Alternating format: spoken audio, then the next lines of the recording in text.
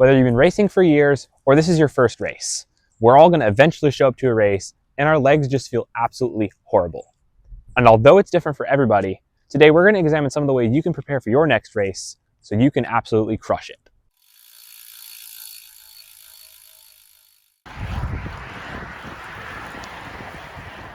To prepare for your next race, you will need to train for it so that you can show up prepared. But that's for another video. Today, I'm going to kind of walk you through the week leading up to the race so that you can be super prepared to show up on race day. Okay, so 3 days before your race, it's a Thursday before a Sunday race, it's going to be a good idea to take that as a pretty chill day. So maybe 30 minutes to an hour, zone 2 or less, real zone 2 or less. On that ride, just make sure you're riding whatever bike you're going to ride in the race. So if it's going to be a time trial, ride your time trial bike. If it's going to be a road race, ride your road bike.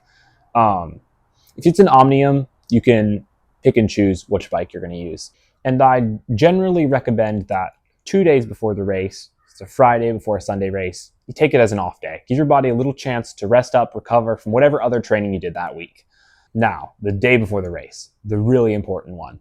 So the day before the race is kind of where it depends for each person. Some people prefer to do an easy day, but the science generally shows that it's a good idea to do a few selected hard efforts. So nothing hard enough to fatigue you, but hard enough to kind of activate your legs. A lot of times they're called leg openers. And on this ride, you want to pay attention to how you feel. Because if you're already feeling a bit fatigued, it may be a better idea to go a little easier with those efforts. So a version of these leg openers that you might want to do, and again, it's different for everybody, so you might want to change it depending on how your body reacts to it.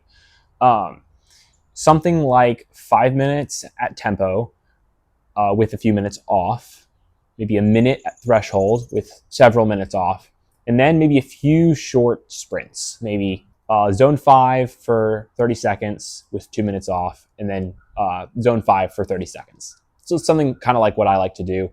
Some people like to do 30-30s, where you do 30 seconds on, 30 seconds off. It's kind of up to you, as long as you get some varied efforts that aren't too fatiguing.